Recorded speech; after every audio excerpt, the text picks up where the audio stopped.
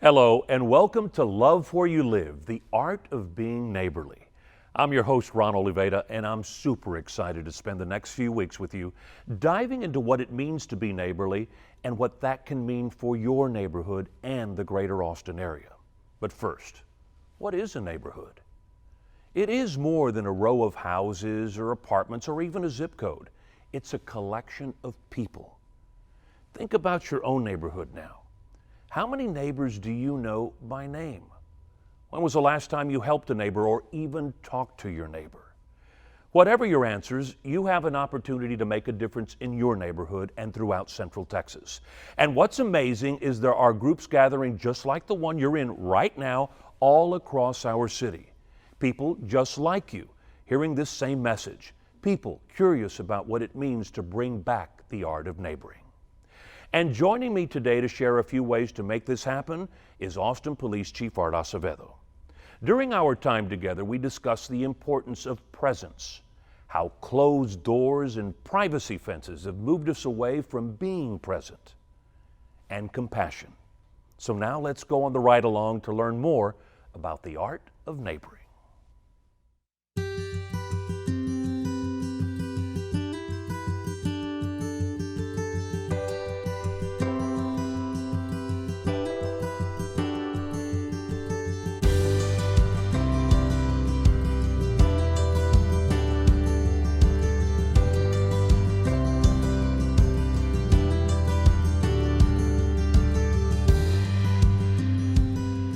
It can be kind of overwhelming, intimidating to actually take that first step and walk up to a neighbor, knock on the door, and people are fearful of rejection. But I think that what I have known, in my business, I'm in what I call the people business. Right. We spend most of our time building emotional capital.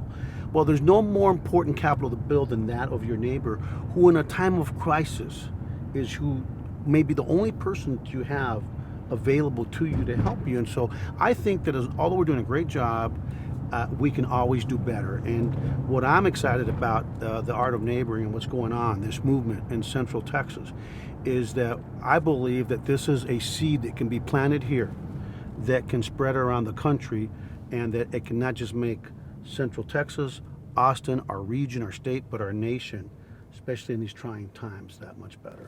But wouldn't you say also with 150 people moving into town every single day, there are going to be a lot of people, and especially with life being so time consuming. You're stuck in traffic, you're taking the kids to volleyball, you're at the grocery store.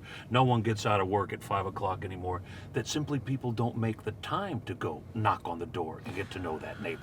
You know what? I think that you just hit it on the head, that life happens, right? And you hit it on the head that we do have a lot of people moving in here. And I think that right there is the reason that having this conversation and bringing to light the importance of being welcoming, of bringing people together, of telling people, no matter what part of the world they come from, what part of the nation they come from, what part of the state they come from, hey, welcome to this community, welcome to this neighborhood, we're embracing you. But wouldn't you say, connected with your job, that if we were all more neighborly, or at least the majority of us were more neighborly, crime would go down?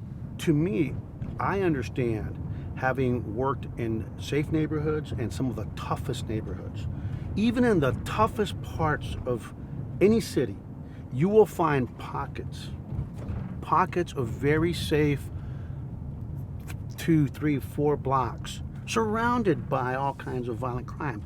And you know what the difference is? What? Neighbors, family, people taking ownership not just for what's in the 4 corners of their own home, but taking ownership for what's around their home.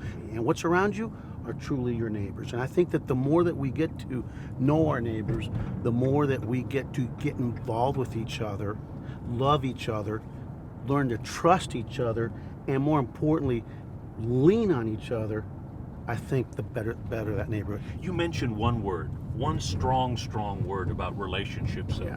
and it's part of being neighborly too, is trust. Yeah. Don't you think that's one of the reasons a lot of people just simply won't go knock on the door? They don't know if they can trust those people. Well, but here's the deal for me. If you don't know if you can trust your neighbor, then you don't even know the type of neighborhood you're living in. You're not well informed. And John F. Kennedy talked about knowledge and, share the knowledge and its power. Well, you need to have knowledge of who your neighbor is.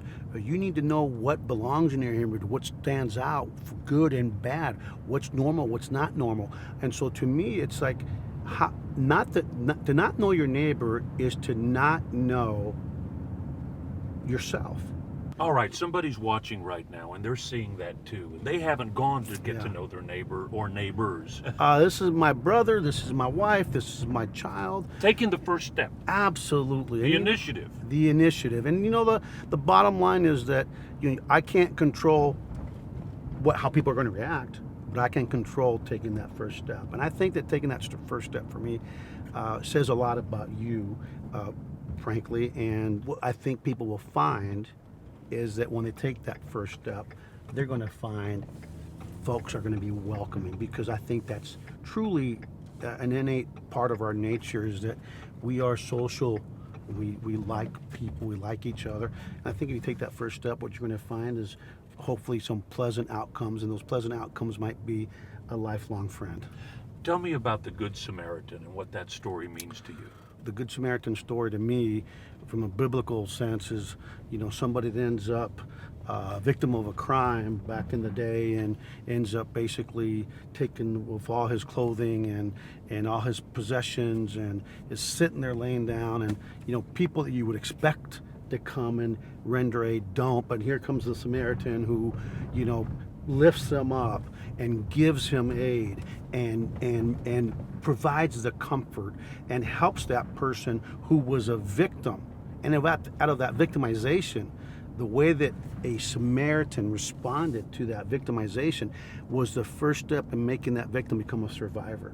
And I don't think people realize how important that is. You reap what you sow. You harvest whatever you plant, right? And so there was mom would be taking the soup, would be taking lunch, would be taking breakfast, and so that was something that I did not just learn through scripture, but I learned from watching the behavior of my parents. And she instilled that in you too, and it's part of you. Absolutely, and I think it's in all of our DNA.